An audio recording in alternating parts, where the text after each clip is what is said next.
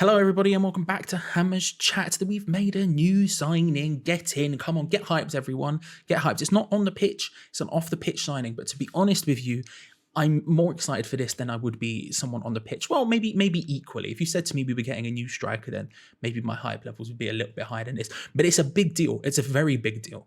And I'm going to explain to you why, because the structure of the club is changing. I'm going to explain to you why, but just quickly before that, remember it's the beginning of the month, which means patreon.com/hammerschat is something you should definitely have a look into.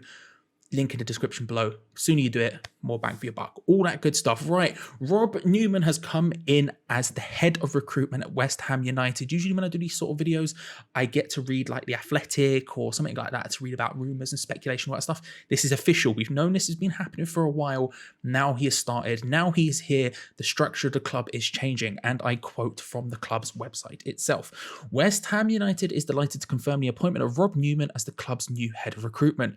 Newman, 57, joins from Premier League champions Manchester City, where he spent more than 12 years as an international scout and recruitment manager. He played a key role in managing the team of City's scouts, scouring the globe for the best talent available, and will now bring his expertise and experience to the London Stadium as part of the restructuring of the club's football recruitment department. That's the important bit. That's the exciting bit, because we're slowly getting away any sort of control of that department from David Sullivan. And that's the key here. That is the key here, because this is a football person. You know, as much as David Sullivan has done a good job with David Moyes and our one scout over the last couple of years with recruitment, we've been mostly hits rather than misses. You have to respect that.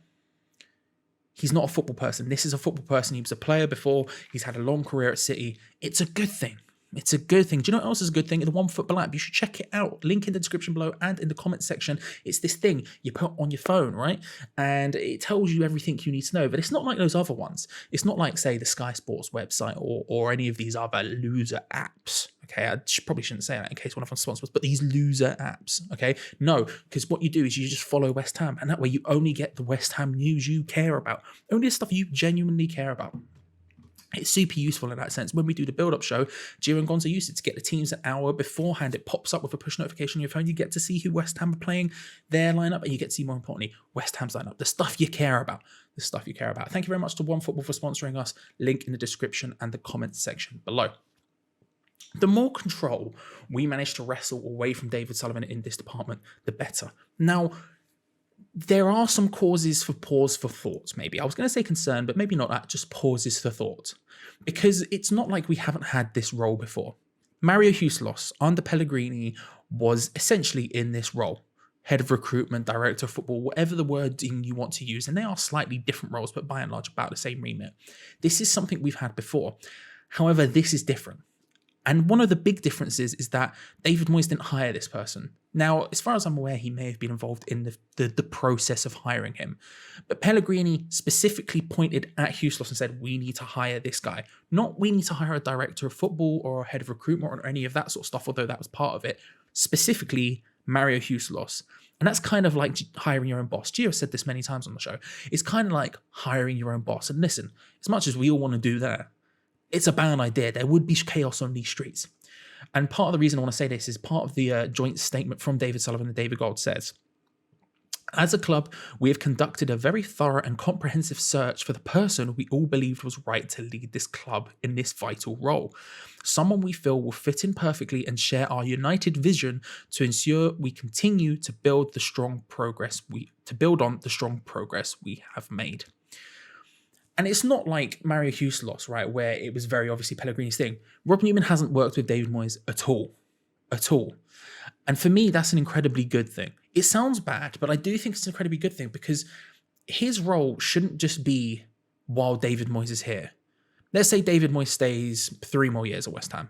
I'm just picking 3 years off the top of my head. Could be 5, could be 1. We don't know, but let's just say 3 more years at West Ham. Rob Newman, ideally, as the head of recruitment, will stay past that.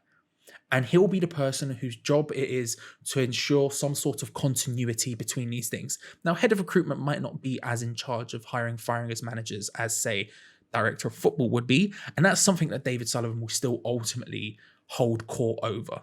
I doubt he's never going to let that go. But what he does let go with the head of recruitment is direct control over transfers, scouts, all of that kind of stuff. And I hope one of my concerns a little bit is the fact that his remit might not stretch as far as being the guy who sits down in the boardrooms and makes these discussions, who sits down to get the transfer done. Because that was one of the good things about Hueslos. I know it's trendy now to say everything about Pellegrini and Hueslos was the worst thing that's ever happened to football. I get it. I understand it. But one of the things no one can dispute about Mario Hueslos' time at West Ham is just how professionally we went about our transfer business. Pablo Fornals, for example, we basically found out about that 3 days before it happened, and then he was at West Ham. He was at West Ham before he'd even gone to play in the Youth Euros for Spain.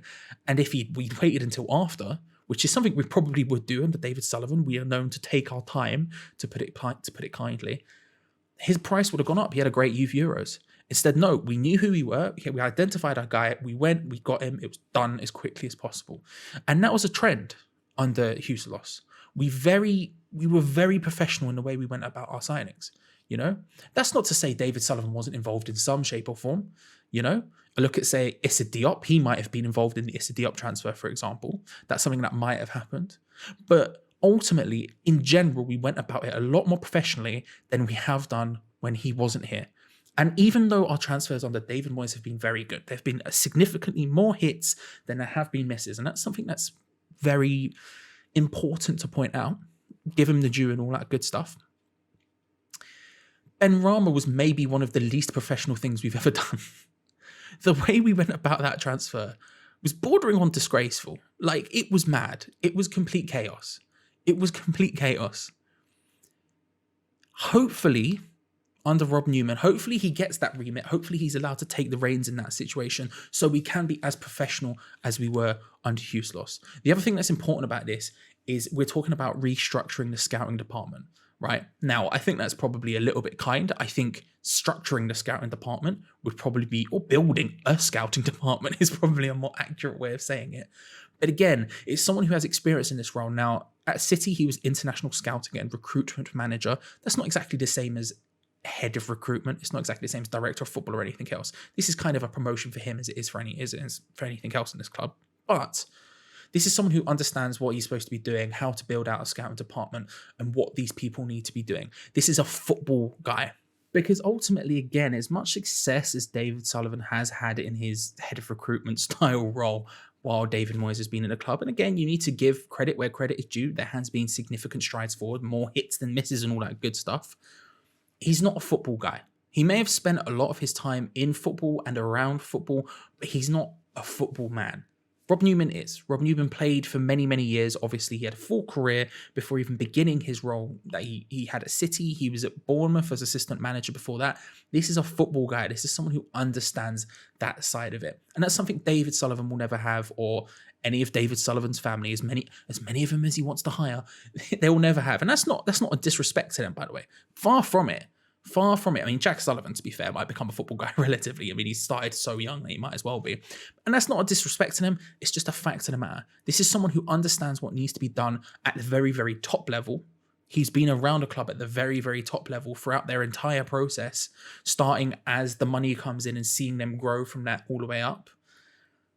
This is only a good thing. This is only a good thing. Again, take away as much control from Sullivan at that point as possible. Now, obviously, he's still going to have reins over the wallet, isn't he? He's still going to be the person who, at the end of it, decides how much the budget is.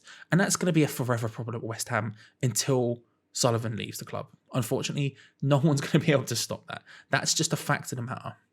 But if he's not deciding, and again, I hope to God this is part of Rob Newman and David Moyes' new sort of dynamic and remit, is just taking the budget we have and deciding what to do with it.